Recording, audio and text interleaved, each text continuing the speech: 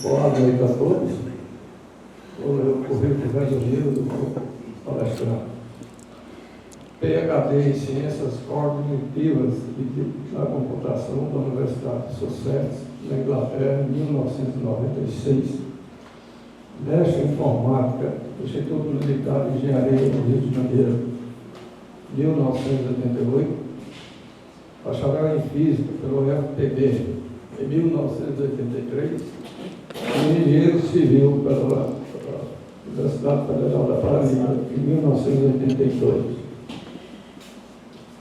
Palestrante é professor titular aposentado do Departamento de Informática da UFPB, mais de 25 anos de ensino de programação e autor de 7 livros na área de programação. Obrigado, Zé Francisco. Mais uma vez aqui agradecer a presença de Ulisses, dizer também aos senhores que tive a oportunidade de conviver com o Ulisses na nossa infância, né, na adolescência. Eu pensei que você ia dizer que ele tinha sido meu aluno.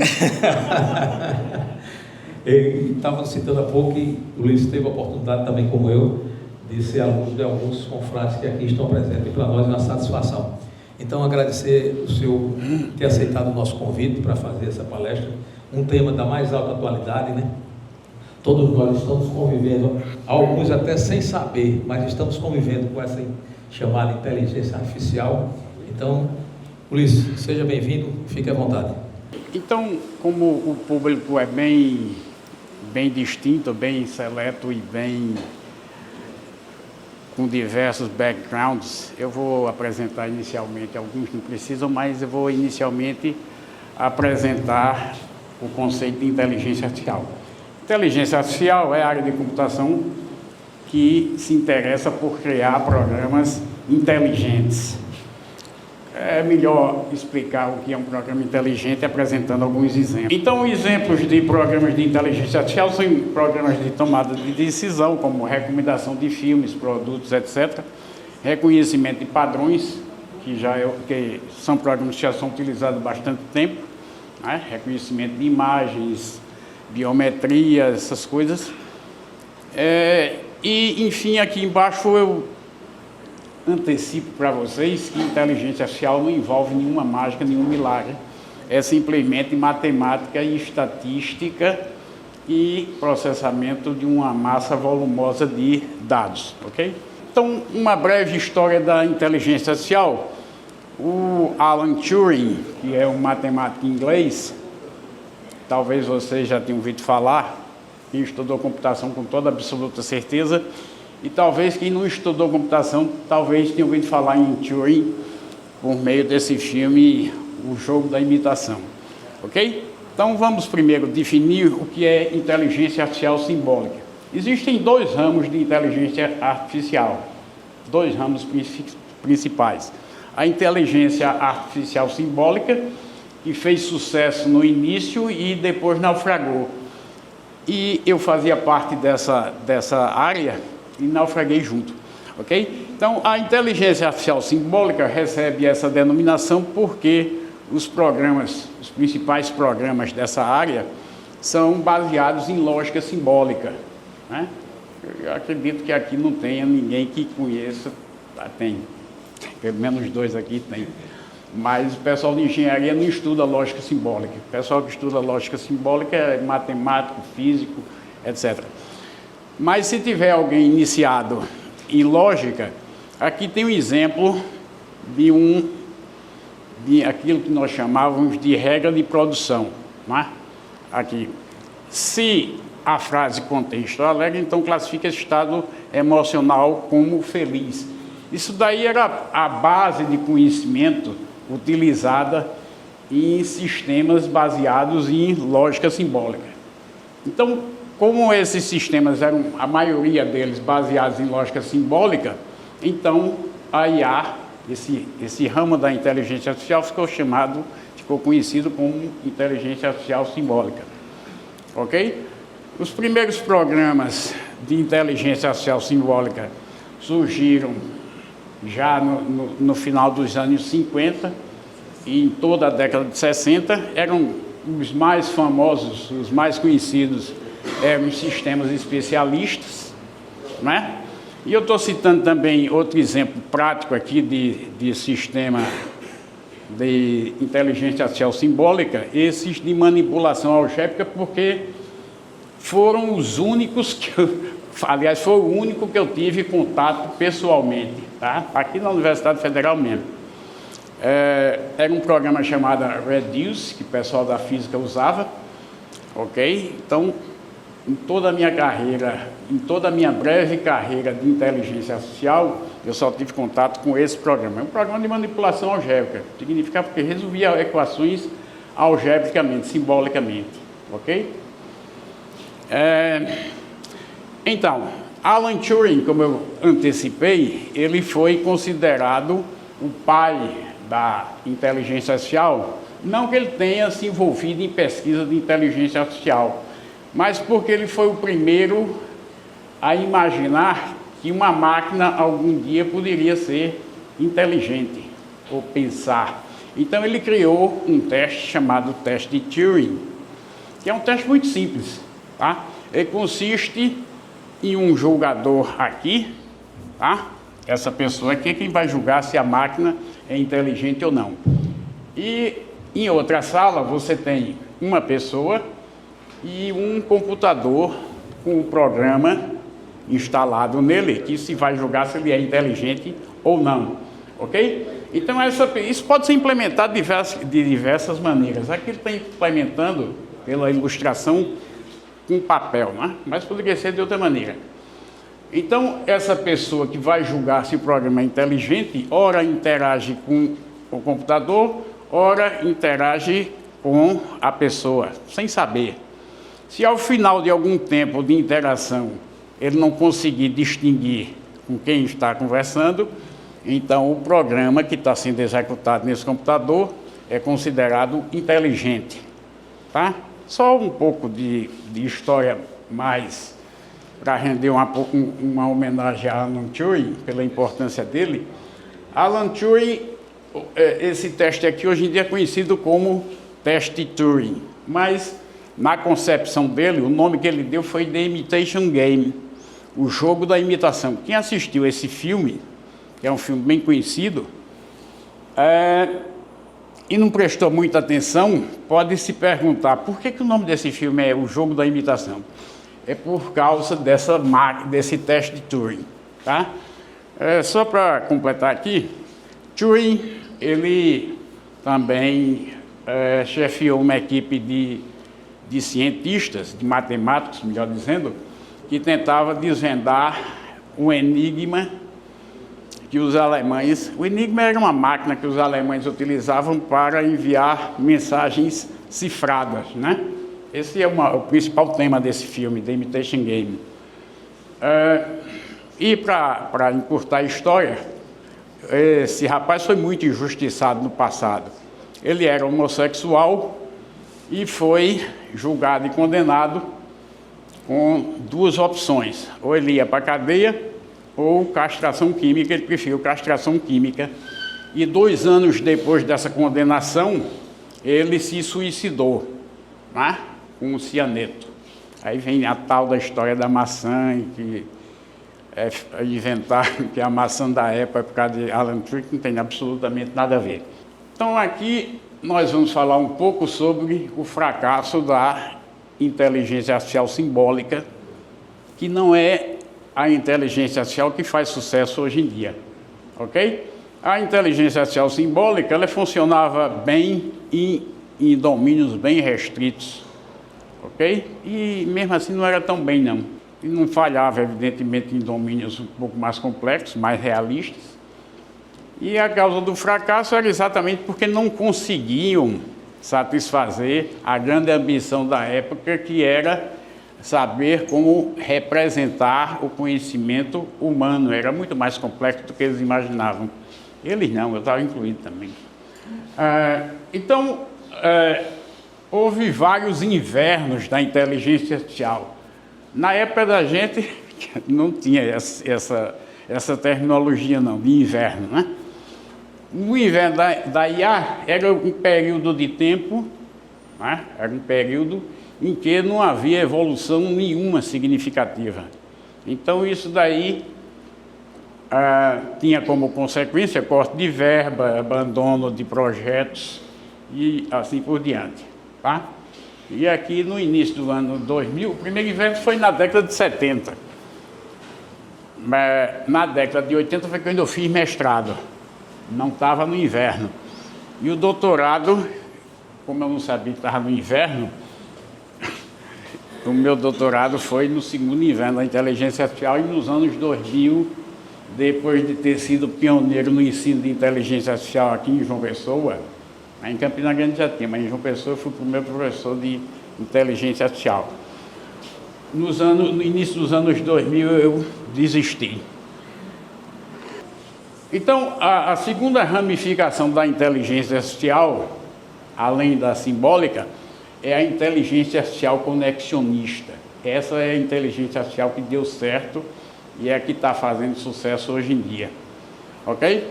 A inteligência artificial conexionista tem essa denominação porque ela é inspirada, ela não tenta imitar, ela é inspirada em redes neurais. O que são redes neurais? São redes que tentam imitar o funcionamento dos neurônios e das sinapses. Ok? Então, aqui nessa ilustração você tem uma rede neural simples, composta de várias camadas, sendo que você precisa, na rede mais simples que existe, ter apenas 3 camadas. Uma de entrada, que é obrigatória, uma de saída, que é obrigatória, e pelo menos uma camada, que se chama camada oculta, que são as camadas internas. Ok? Embora a única rede neural que só tinha uma camada interna foi exatamente o perceptron, que foi inventado lá atrás, em 1957, que não tinha grande utilidade pública. Grande utilidade pública não, grande utilidade prática. Aqui não é para afugentar ninguém não, mas é necessário, tá? Quem não tem iniciação matemática vai ter que aguentar.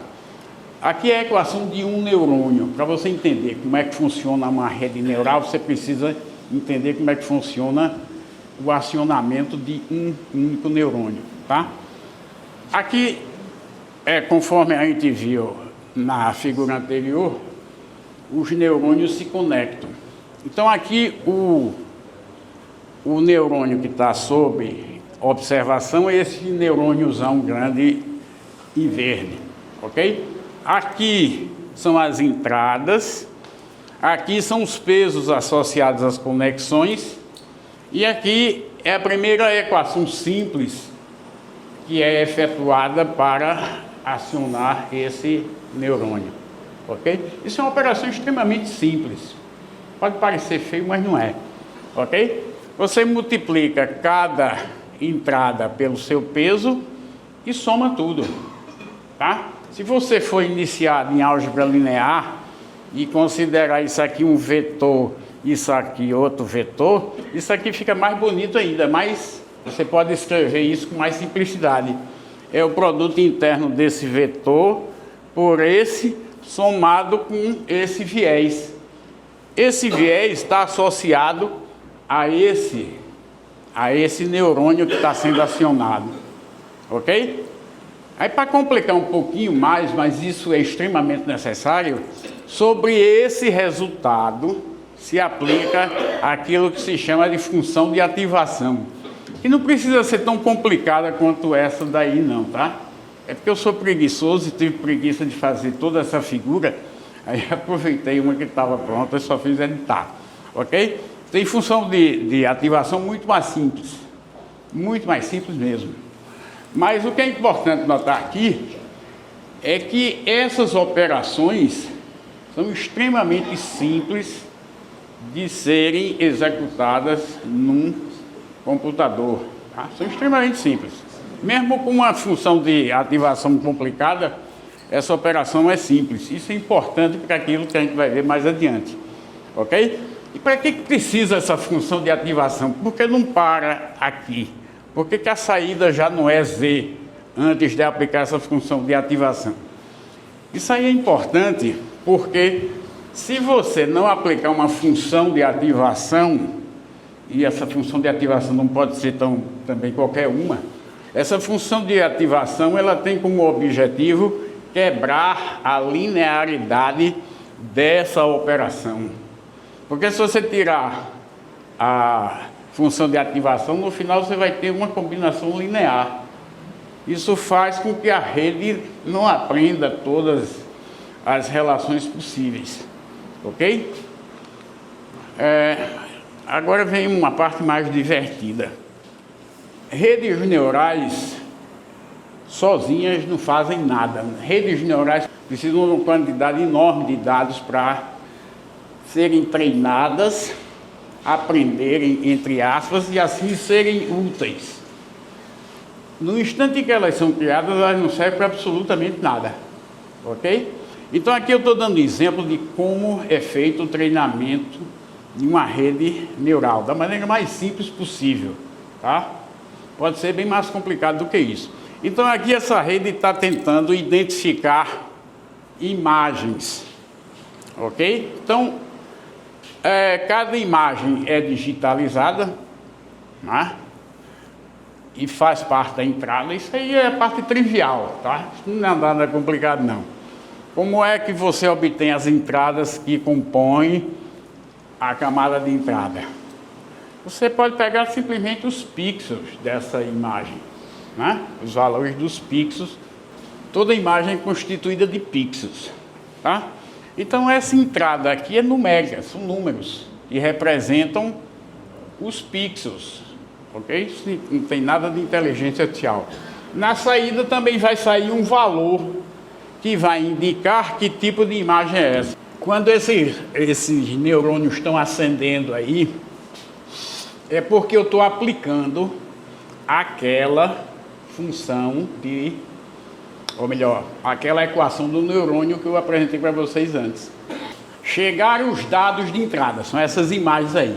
Alimentei a entrada e a aplicação daquela equação vai prosseguindo até eu chegar na saída. Na saída eu tenho um número. Aí esse número indica que ele identificou um cão, que não é, né? Não é um cachorro, isso aqui.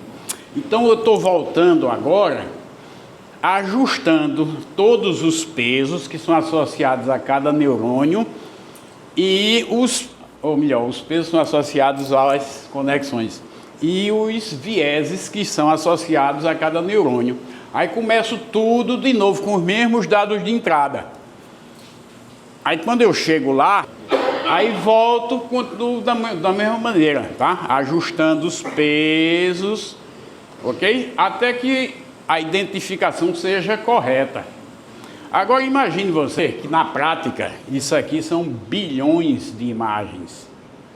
Aqui são bilhões. Até se especula que o GPT-4 tem 1 trilhão de neurônios, tá? Ou mais. Ok? Então é assim que funciona a rede neural. Os dados vão passando e a rede vai aprendendo nesse processo que é denominado de treinamento. Poderia ser um pouquinho mais complicado, mas dá para a gente sentir como é que funciona, né? O renascimento verdadeiro da inteligência artificial ocorreu em torno de 2012, devido a 2 fatores.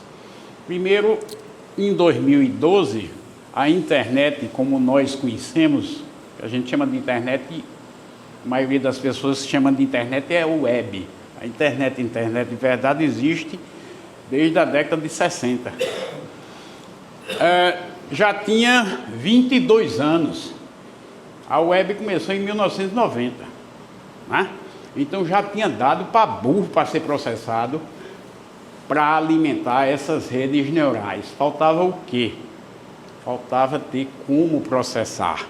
Aí veio o grande pulo do gato, que foi, por que não utilizar GPUs?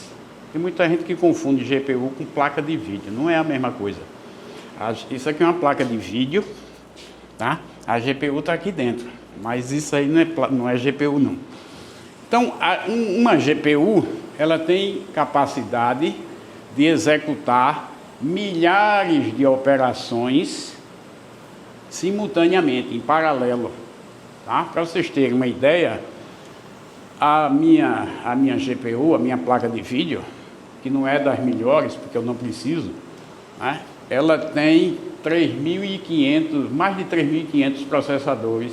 O meu processador, que foi montado há 2 anos, portanto é bem recente, ele só tem 24, ok? Por que eu não uso então GPU em vez de CPU? É porque as operações que a GPU efetua não são genéricas quanto aquelas efetuadas pelas CPUs, mas elas são suficientes. Estão lembrados que eu disse que aquelas operações aritméticas são extremamente simples para serem executadas? Então, passaram a utilizar GPUs que podem ter capacidade de processamento paralelo até 1000 vezes do que uma CPU. Existe CPU, ou melhor, GPU, que tem 100.000 núcleos. Tem placa de vídeo que custa mais de $25.000, não é brincadeira não. E quem foi responsável por esse grande pulo do gato foi a NVIDIA. Só existem 2 fabricantes, até recentemente só existiam 2 fabricantes de GPU, a NVIDIA e a AMD. Recentemente é que a Intel entrou no jogo também, ok? Então, tendo agora essa capacidade imensa de processamento, dessa quantidade enorme de dados que já se tinha disponível devido a 20 anos de internet, então, a partir do ano 2012, começaram a surgir os sistemas ditos inteligentes que você encontra por aí. Alexa, Siri, sistemas de recomendação no YouTube, etc, etc. Isso tudo começou em 2012. Agora, em 2017, surgiu uma nova revolução, que foi a partir desse artigo aqui, escrito por 8 pesquisadores do Google, que eu tenho quase certeza que se o Google soubesse que ia ter esse impacto, ela não tinha publicado não, tá? Tenho minhas dúvidas. E esse artigo é um artigo revolucionário. Por quê? Porque ele criou uma nova arquitetura de redes, que é denominada de Transformers, que eu preferi não traduzir, e também um mecanismo de atenção, que é o que dá título a esse artigo. Tá? O mecanismo de atenção, eu não vou entrar em detalhes sobre ele, mas ele facilita o entendimento de textos longos, de compreensão de contexto, ok? E essa revolução foi responsável pelo aparecimento da grande sensação do momento, que são os chatbots, ok? Essas redes que utilizam essa arquitetura nova de Transformers foram denominadas de modelos grandes de linguagem, Large Language Models, ok? Então eles utilizam essa arquitetura de Transformers e são treinadas, como todas as outras também, com enormes é pouco, né? Astronômicas, monstruosas bases de dados. E por incrível que pareça, apesar de todo o sucesso, o funcionamento básico de um modelo desse é prever a próxima palavra, ok? Então, eles são capazes de tudo, né? A gente vai falar mais sobre isso. Aqui embaixo você vê a escalada, o resultado prático da aplicação dessa nova arquitetura de redes. O GPT-2, a gente vai falar mais sobre o GPT daqui a pouco. O GPT-2, que foi lançado em 2019, ele tem 1,5 bilhão de parâmetros. Parâmetros é a combinação de peso, que é associado àquelas conexões que a gente viu antes, e bias, ou vieses, que são associados a cada neurônio. Ok? Então, o GPT-2, que foi o primeiro grande sucesso de aplicação prática dessa nova arquitetura, tinha esse montante de pesos e bias, parâmetros. O GPT-3, que foi lançado apenas um ano depois, já tinha 175 bilhões de parâmetros. E o GPT-4, que foi lançado em 2023, que é o grande sucesso do momento, ele tem, ninguém sabe quanto ele tem, porque não publicaram, mas se estima que ele tenha mais de 1 trilhão. É um número astronômico, né? Coisas que você usa, que tem pelo menos pitadas de inteligência artificial, e talvez você nem perceba que está utilizando inteligência artificial. Né? Alexa, obviamente, tudo que envolve entendimento de linguagem natural, seja ela falada ou escrita, tem inteligência artificial. Tá? Então, eu acho que tudo isso aí envolve inteligência artificial. A Amazon, como é que a Amazon, quando você vai comprar uma coisa, ela utiliza a inteligência artificial? Para fazer sugestões de novos produtos para você comprar. A Netflix também utiliza sistema de recomendação, Waze para calcular rotas inteligentes, reconhecimento facial já está aí há muito tempo, né? Quando eu tenho coragem de academia, eu passo por um reconhecimento facial, né? Agora, eu queria comentar só sobre isso daqui. Vocês já viram isso alguma vez na vida? Todo dia, né? Você visita um site e antes de o site daquela página ser exibida, aparece "eu não sou robô". Ou então, um outro teste que é equivalente, que é uma matriz de imagens para você dizer onde é que tem, por exemplo, sinal de trânsito, clique onde tem sinal de trânsito. Ou então, um que é mais chato ainda, que é para você digitar caracteres que estão todos embaralhados, né?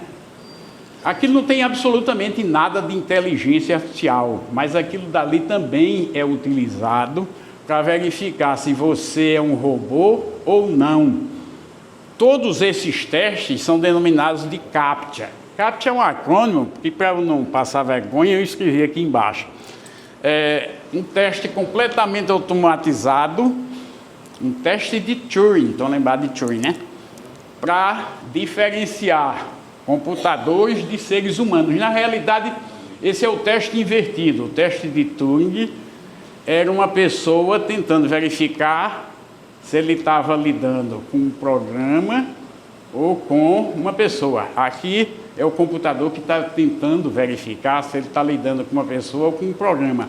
Robô aqui não tem nada a ver com aquilo que a gente vê em filme de ficção científica e nem em fábrica de automóvel. No contexto da internet, no contexto da web, robôs são programas que visitam sites. Do mesmo modo que você visita sites, robôs também visitam. Com que objetivo? Diversos. Fazer ataque cibernético, roubar, entre aspas. Porque isso chama-se raspagem de dados, né? Visita o site com o objetivo de obter os dados daquele site. Então, esse teste serve para isso, para verificar se é uma pessoa que está visitando o site ou se é um robô. Então, o robô aqui nesse contexto é um programa, simplesmente. Ok? Então, aqueles outros testes aos quais eu me referi são CAPTCHA, mas não tem absolutamente nada a ver com inteligência artificial. Já esse que é mais agradável, basta você clicar aqui, esse daí tem sim inteligência artificial. Então, esse aqui é chamado de reCAPTCHA, em vez de CAPTCHA, porque é uma tecnologia patenteada pelo Google. E como é que só clicando ali, ele sabe que eu não sou um robô? Como é que ele sabe? Só clicando ali. Pelo movimento do mouse, pelo comportamento que você tem na página, ele sabe disso. E mais interessante também, isso é rede neural, tá?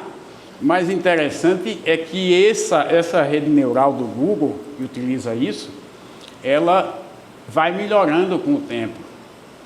Pode ser que ela encontre um usuário que satisfaça todos os critérios, que ela tenha identificado que realmente é um ser humano, mas que faça alguma coisa que ela ainda não sabia. Então, ela incorpora isso no conhecimento dela. Aí é um exemplo de alucinação, que a gente vai falar sobre isso daqui a pouco. Essa imagem aqui eu solicitei para o Gemini.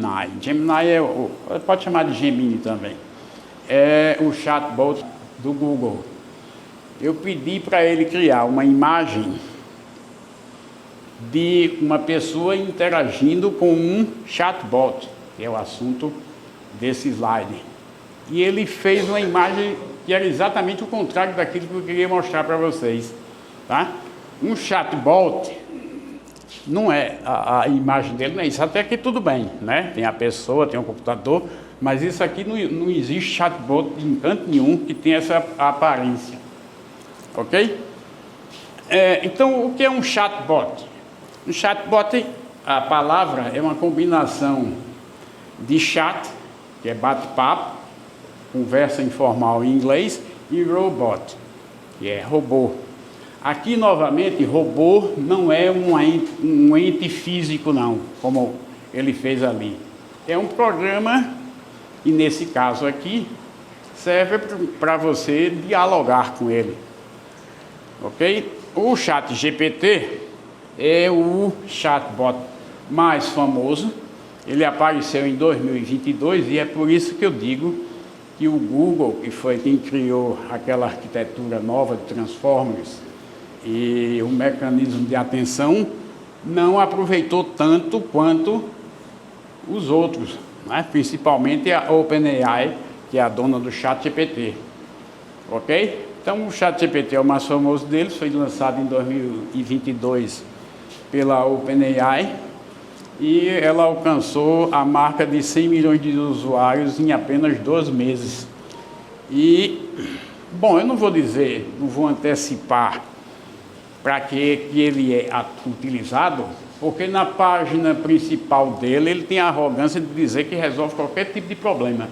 Então eu espero que quando você sair daqui, você experimente ele, para ver se realmente isso é verdade. E, além do ChatGPT, o ChatGPT inicialmente, ele era um robô apenas de conversa. Ele recebia entrada de texto e produzia entrada de texto. Hoje, ele ainda está mais arrogante, ele aceita qualquer tipo de arquivo. Eu ainda não testei tudo não, tá? Mas já testei algumas coisas e ele é capaz também de produzir diversos tipos de arquivos. Mas existem outros programas que são específicos para a produção de vídeos, de vozes, etc. Uma coisa que me impressionou bastante, é muito recente, é esse programa aqui do Google. Já ouviu falar no View3? Já ouviu? Não? Então foi só você. O View3 é realmente algo impressionante, de cair o queixo, tá? Porque você já deve ter visto um monte de vídeo de péssima qualidade criado por inteligência artificial, né? Já deve ter visto. Eu convido você a conhecer os vídeos produzidos por esse programa aqui, View3, tá? Quando você chegar em casa, entra no YouTube, bota View3, vai aparecer um monte de vídeos. A qualidade é simplesmente impressionante. Então, existem programas que produzem outro tipo de conteúdo, além de texto, que era a proposta inicial do ChatGPT, que são capazes de produzir imagens, sons, vídeos, e a qualidade está cada vez aumentando. Isso aqui é um exemplo de que a inteligência artificial também não faz milagre não, tá? A inteligência artificial mal utilizada pode resultar em algo desagradável. Eu já tinha passado por essa experiência numa recente viagem que eu fiz para a Inglaterra. A Inglaterra parece que virou terceiro mundo, né? Está pedindo visto pela primeira vez na história. E para eu tirar esse visto, foi algo em torno de meia hora por celular, né? Por quê? O que é que eles querem? Eles pedem o seu passaporte, uma foto do seu passaporte, e depois vem a sua foto e eles tentam fazer o casamento entre a sua foto e a foto que está no seu passaporte. A foto que está no meu passaporte não é tão antiga, Mas eu passei pelo menos uma meia hora e só não desisti porque já estava paga a viagem. Aí veio a segunda experiência. A segunda experiência foi com o Mercado Livre. Eu compro no Mercado Livre há uns 20 anos, pelo menos. Eu dava muito mais preferência ao Mercado Livre do que à Amazon. A Amazon do Brasil não é grande coisa, não. Mas o Mercado Livre resolveu adotar essa mesma abordagem. Resultado, eu mandei a foto da minha carteira de motorista, que tem 2 anos só. Aí começou o sufoco, né? Mandar uma foto minha e casasse com a foto que estava na carteira de motorista. Veja que isso é diferente do que ocorre na minha academia, por exemplo. Que quando eu chego na portaria, ele tenta casar a minha foto com a foto que foi tirada na mesma máquina e há pouco tempo. É diferente disso aí.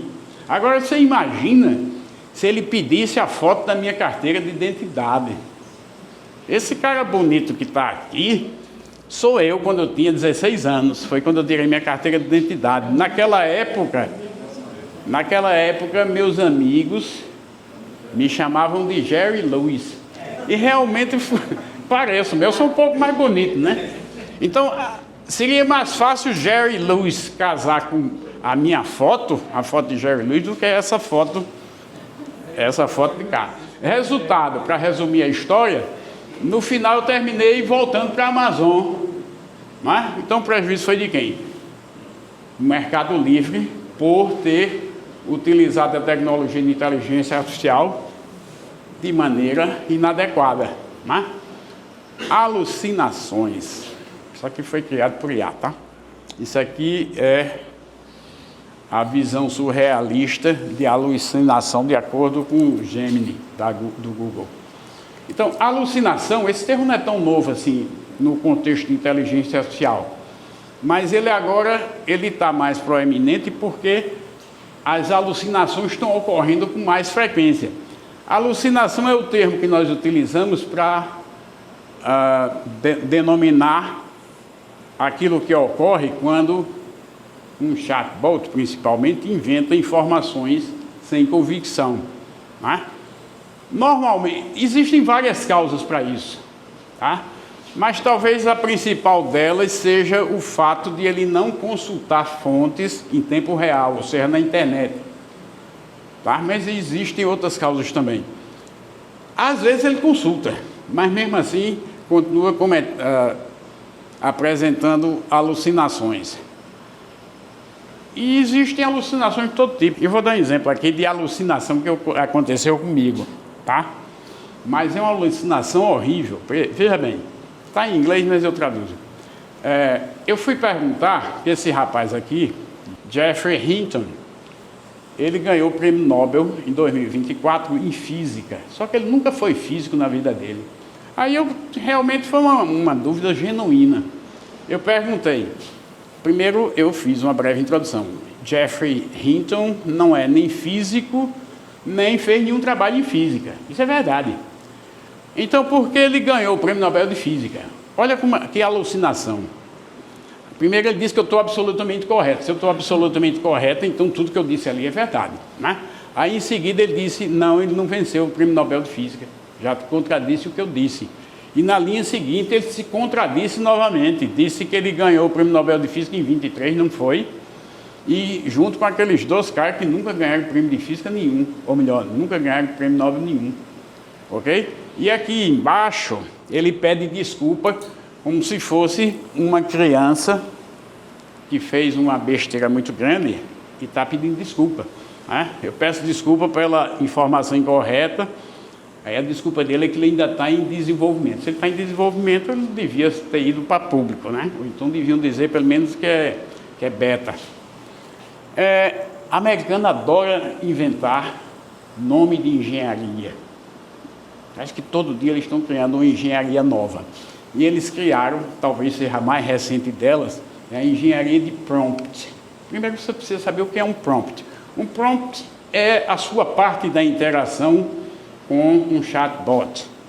Tá? É aquilo que você introduz, aquilo que você solicita para ele. Pode ser de diversas maneiras. Você pode fazer uma longa introdução, não se acanhe de ser prolixo, não. Tá?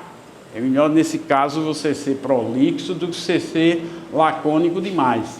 Ok? Então, quando eu era professor de programação, eu tinha uma máxima, que era dizer: o computador só faz aquilo que você pede para ele fazer. Né? Então, um programa é um conjunto de instruções para o computador realizar uma determinada tarefa. Então, eu digo, ele só faz o que você pede. Se ele não faz o que você pede, é porque você está pedindo errado. Ok? Porque seu programa está errado. Aqui, essa máxima não funciona bem, porque, como nós vimos anteriormente, existem as alucinações. Pode ser que você tenha sido perfeito no seu prompt, mas ele tenha alucinado. E você vê que ele alucina, não precisa ser nada física quântica, molecular, etc. Não. Ele alucina mesmo com perguntas simples. Ok? Então, como sugestão geral, prompts vagos, eles resultam em respostas genéricas, tá? Que não é isso que você quer. Então, aqui você tem algumas técnicas úteis. No próximo slide vou dar exemplos de prompts bons e prompts ruins, ok? Mas esse assunto é extenso e é extremamente importante. Você aprende também muito com a prática, ok? Então, aqui são algumas técnicas úteis, você dizer exatamente, com precisão, o que é que ele deve fazer. Definir o papel é uma técnica bastante utilizada, né? Você é um advogado, você é um engenheiro, você é um professor disso, aquilo, para ele assumir o papel de como ele vai responder a você. Especificação de formato, e tem muitas outras técnicas. E aqui eu apresento alguns exemplos de prompts bons e prompts ruins, né? Por exemplo, esse prompt aqui, ele é ruim. Por quê? Porque é um prompt muito vago, muito genérico, você vai obter uma resposta genérica também. Aqui você é mais específico, é mais provável que você obtenha uma boa resposta, né? Aqui tem outro exemplo de um prompt extremamente vago, e ali é um exemplo de um prompt já bem melhorado, né? A regra básica é que você tem que ser o mais claro possível, não se incomode com a quantidade de palavras que você vai utilizar. Utilize tantas palavras quanto forem suficientes para você ser bem entendido, não é? E aqui é a minha grande contribuição para a inteligência artificial, foi que eu inventei essa palavra aí, metaprompt. O que é que eu estou chamando de metaprompt? É que ele pode lhe ajudar a criar prompts também. Então, é um prompt sobre prompt, ok? Então, eu acho que ficou até adequado, não foi? Então, ó, um exemplo de um metaprompt. Aqui, você está solicitando ao chatbot, pode ser ChatGPT ou o Gemini do Google, você está solicitando para ele lhe ensinar, para lhe ajudar a criar um prompt. Quando ele vai fazer isso, e quando ele fizer isso, você não precisa ir lá copiar, colar na entrada dele, não. Você basta responder assim: por favor, não precisa usar por favor também não, mas eu sou educado na Inglaterra, né? Por favor, use a sua resposta como prompt. E ele faz isso, ok? Aqui é futurologia, né? É a parte que eu menos gosto. A inteligência artificial já ocupa espaços cada vez maiores em diversas profissões e a expectativa é que isso aconteça cada vez mais. Aí eu estou fazendo algumas previsões que não são minhas, de profissões que poderão desaparecer. Aquelas que envolvem atividades repetitivas, né? Previsíveis. Aqui você tem alguns exemplos: produção de conteúdo básico, análise de produtos, coisas dessa natureza, né? As profissões que são mais protegidas, que são menos ameaçadas por essa inteligência artificial que está aí, são professores e educadores adaptativos, né? Aqueles que não apresentam PowerPoint, fica lendo. Engenheiro com pensamento, tudo que tem pensamento crítico, né? Profissionais de saúde, psicólogos. Então, o futuro pertence a quem souber trabalhar com IA.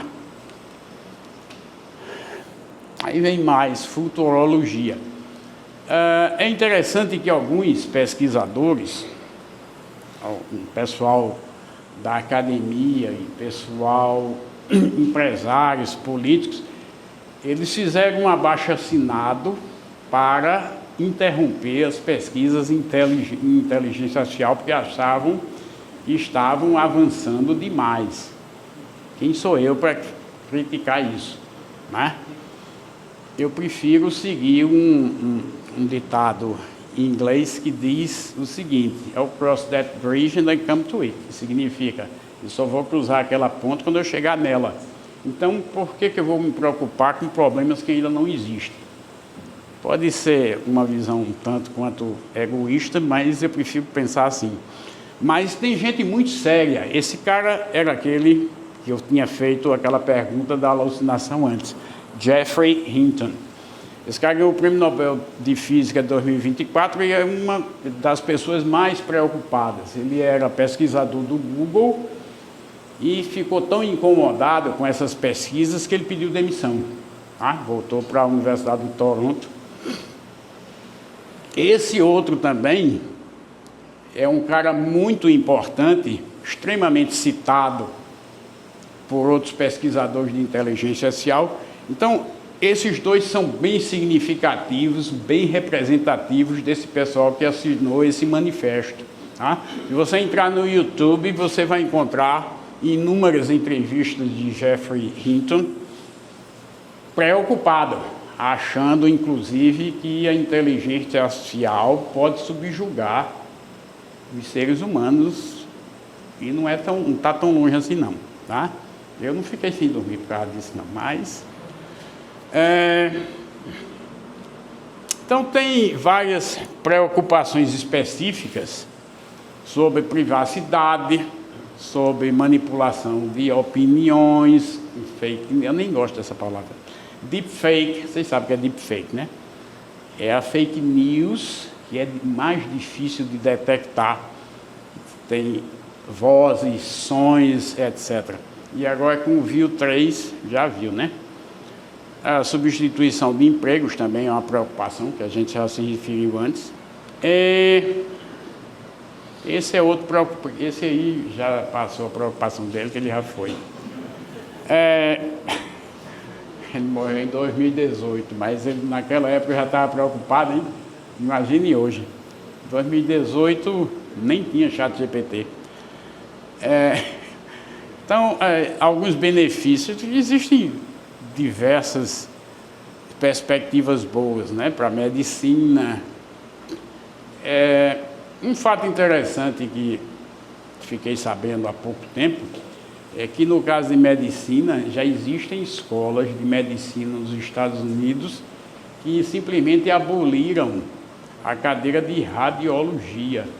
Já não existe mais em algumas faculdades lá dos Estados Unidos. Então a IA pode gerar benefícios nessas áreas aí, principalmente, muitas outras, né? Mas principalmente nessas áreas aí, educação, inclusão digital, né?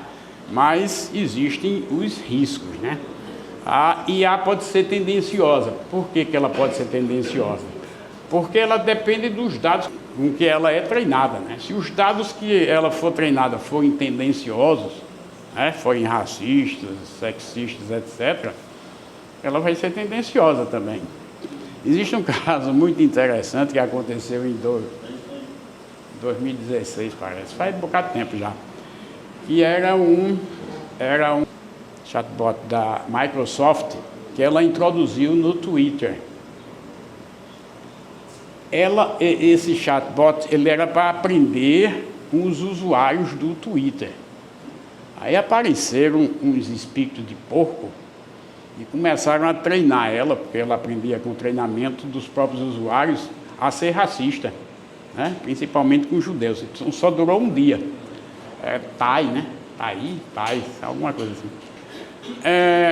Então, manipulação de opinião pública, evidentemente, é uma preocupação também. E desafios éticos, quem é responsável por decisões de IA.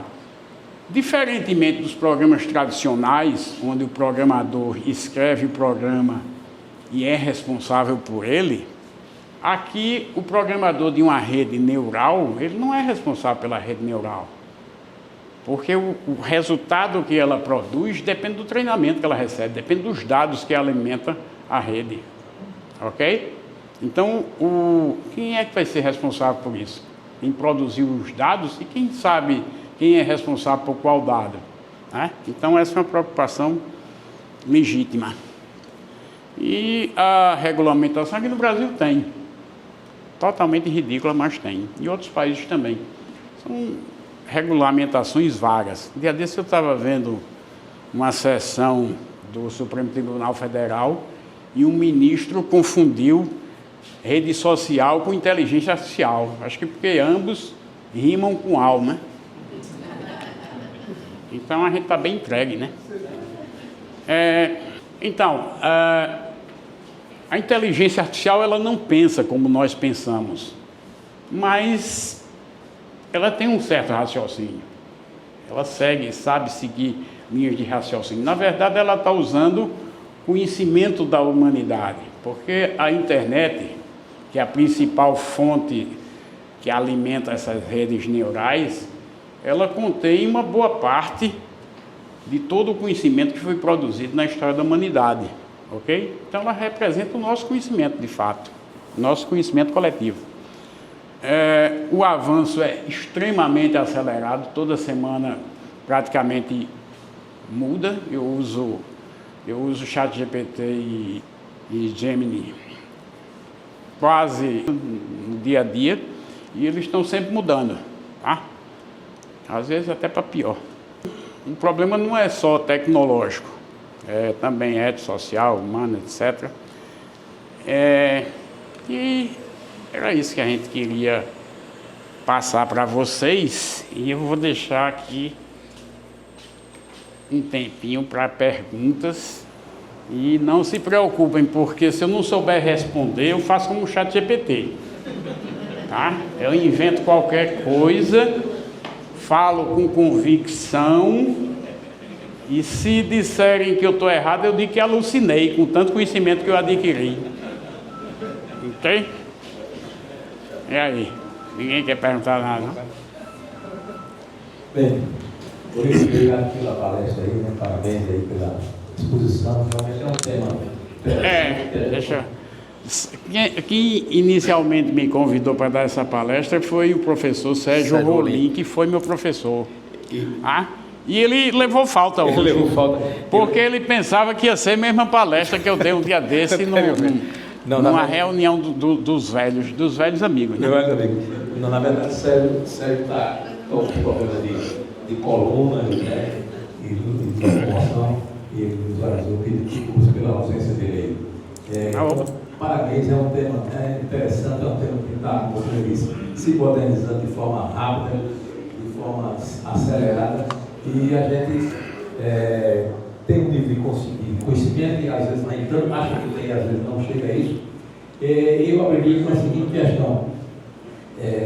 Você falou ali, em determinado momento, que quando a gente vai acessar um site, ele pergunta se nós somos um robô ou não. E aí o ser humano vai lá, né, e faz o clique para tentar avançar. Aí eu pergunto a você, já deve estar sendo caminhando para isso, de que o robô iria fazer essa alternativa. Eu já pensei nisso, exatamente. Já. Não sei se já tem, mas já deve ter gente com toda certeza fazendo. Já, com toda certeza. Muito. Se não tem ainda, vai ter em breve. Livro de Bielsa. Está em aberto aí para os senhores aí que quiser fazer algum questionamento aí. Daniela perguntava tanto quando era minha aluna. Perguntaria alguma coisa. Alexa, a inteligência de Alexa chega a escutar conversas do ambiente? Eu não tenho Alexa, não. Sei não. Porque às vezes até Mas eu teria cuidado. Se ela fica ouvindo atrás da porta. Eu teria cuidado. É. Eu não deixava ela entrar no meu quarto, não, sabe? Vou lá com ele numa sala, coloca ele numa sala assim.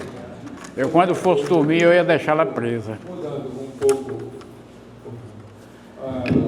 o Alan Turing, depois de 54,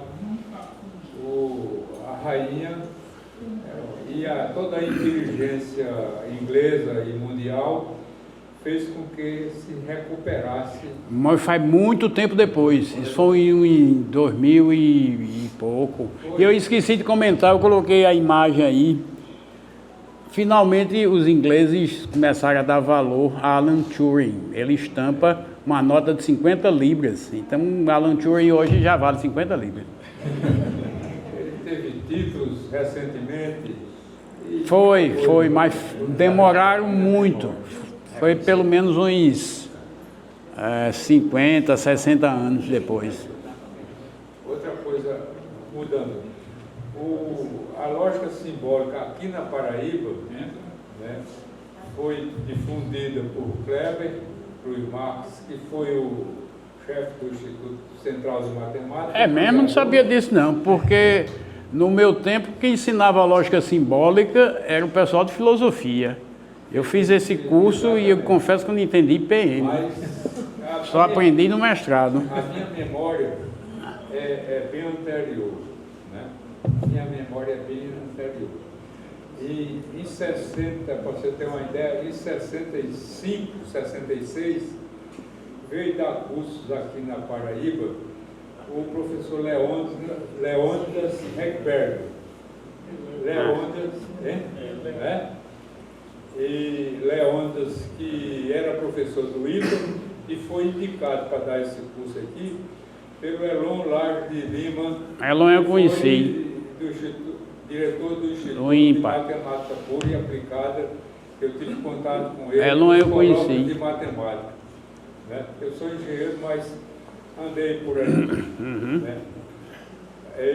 E Elon indicou o Leônidas. Nesse tempo Leônidas era jovem, mas já tinha escrito o livro dele de lógica simbólica e outros livros, né, dessa época que ele veio aqui a Paraíba.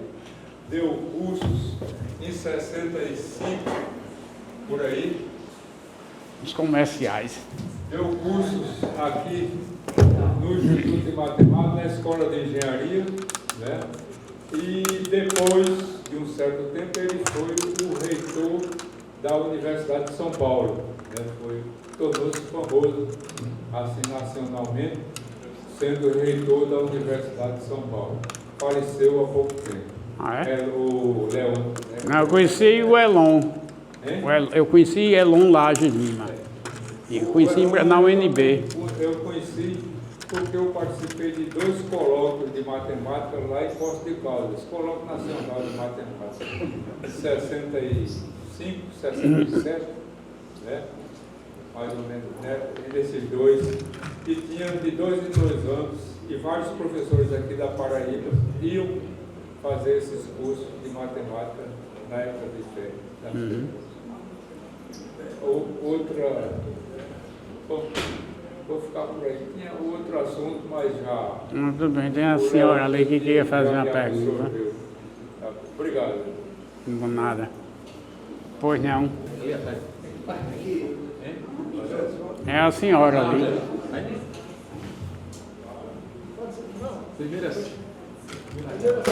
Boa noite. Boa noite. Adorei sua palestra, é muito muita informação sobre esse tema tão palpitante que é a inteligência artificial, que está adentrando na nossa vida, quer queiramos ou não. E eu queria que você comentasse um pouquinho, eu estava vendo hoje um pouco da área, mas me interessa, e eu vi um programa onde eles estavam se debatendo sobre inteligência artificial e a conversa, né, na verdade era uma conversa entre experts, eles estavam comentando sobre essa questão de muitos alunos que estão fazendo trabalhos acadêmicos, eles jogam lá e fazem, né, o trabalho, mandam lá para o professor, e aí eu vi essa história da alucinação cognitiva, né? Então, assim, você não conhece o assunto, você joga para o chat GPT fazer, então você vai ter uma capacidade crítica de avaliar se aquilo é ou não. Eu já pensei nisso, e é um problema muito sério. Felizmente eu já me aposentei. Porque a minha primeira experiência com o chat GPT, eu pedi para ele escrever um programa, esses dois aqui são programadores, eles sabem, para fazer busca e inserção no árvore B. Só levou alguns segundos. Porra, isso era um programa que eu pedia para os meus alunos de programação fazer já depois da metade do curso, e eles levavam uma semana, 2 semanas para fazer. E isso aí vai ser um problema mesmo. Muito complicado. Tá? Agora, o professor também pode utilizar o próprio chat GPT para verificar se aquilo que o aluno entregou não foi obra dele ou de outro, porque ele, por exemplo, ele pode verificar um vídeo para testar se o vídeo é verdadeiro ou foi criado por inteligência artificial. Do mesmo modo como ele cria o vídeo, ele pode testar também se aquele vídeo é fake, entendeu? Só não sei... É interessante que eles mesmos falaram que está na hora de voltar aquela velha estratégia didática de mandar os alunos para a sala de aula defender, né? Uma saída é essa. Uma saída é essa. Tirar a prova. Né? Uma saída é essa, mas no caso de um programa, não tem solução, tem? Escrever na mão, mas ele copia o que o chat GPT. Ele não tem solução, não. Sim, pois não, à vontade. Estava numa reunião com o meu celular lá ligado, uma reunião fechada, né? E tinha uma pessoa apresentando lá e meu celular do lado, não entendi. Esse celular não é minha praia, mas ontem o meu ele fez uma atualização do Android e o Gemini foi instalado sem eu pedir. Não sei se vão espionar a minha vida, não. Sim, foi um dos tópicos aqui que eu levantei. Intromissão, falta de privacidade. Me despertou a palestra foi uma analogia que ocorreu com o desenvolvimento de armas a partir da tecnologia nuclear. E a gente vai estar tendo agora exatamente... Sim, eu pensei nisso também. Eu pensei nisso também, exatamente. A tecnologia está correndo na frente da época. Eu pensei nisso também. E aí? Luiz, você disse que já vivemos vários invernos aí na inteligência artificial, né? Você acha que pode acontecer um outro inverno com esse boom dessa inteligência artificial ou não? Pode acontecer com a IA simbólica, com tanto inverno, ela não morreu ainda, infeliz. Para mim é surpresa. Não é? Eu pensei que tudo isso que tinha acontecido com a IA conexionista fosse enterrar a IA simbólica, mas ainda tem... Você está nessa área, não? Graças a Deus, né? Foi que tu perguntaste, né? Se há a chance de ter um novo inverno com esse boom dessa IA atualmente, né? Porque já teve outros invernos. Inverno na conexionista? Sim. Está muito longe. Aí é só o ano todo. A conexionista está com tudo. Não tem preocupação com o inverno, não. Porque na época que também, na época dos outros invernos, eles achavam também que não iria ter inverno, né? Não, mas a simbólica nunca chegou nesse espírito. Você já usou algum daqueles sistemas especialistas que a gente falava naquela época? Não. Nem eu. Mas, por exemplo, Então, né, que surgiu o modelo conexionista, não sei se foi Marvin Minsky que jogou terra, né, na IA. Não, mas Minsky não tinha bola boa, não. O Perceptron não calculava um short, né? E não calculava mesmo, não. Porque o Perceptron só tinha uma camada. Pois é. Essas da agora tem bilhões.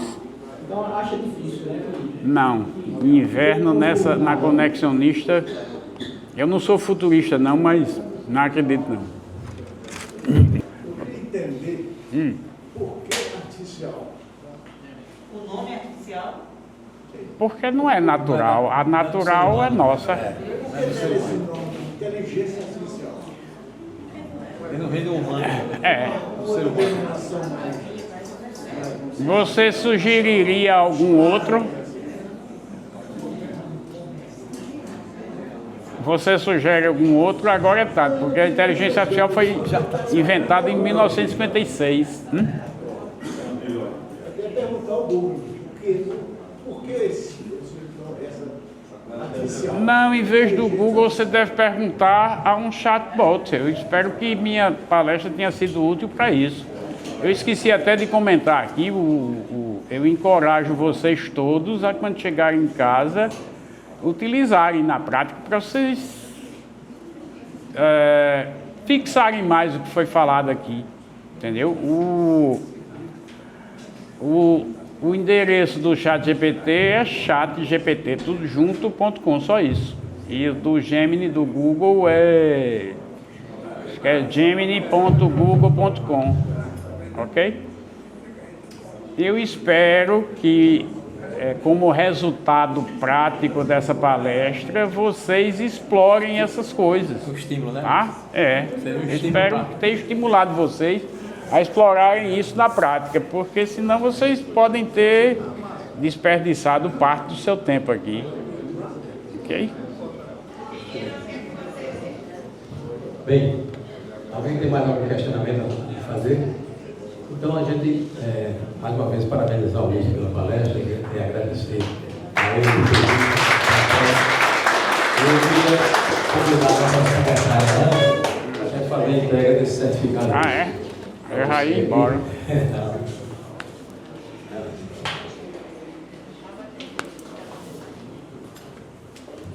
Luiz, por favor. Obrigado.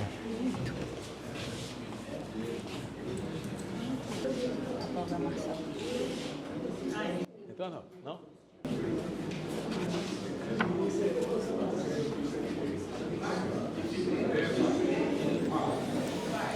Obrigado. Parabéns aí. Valeu, obrigado.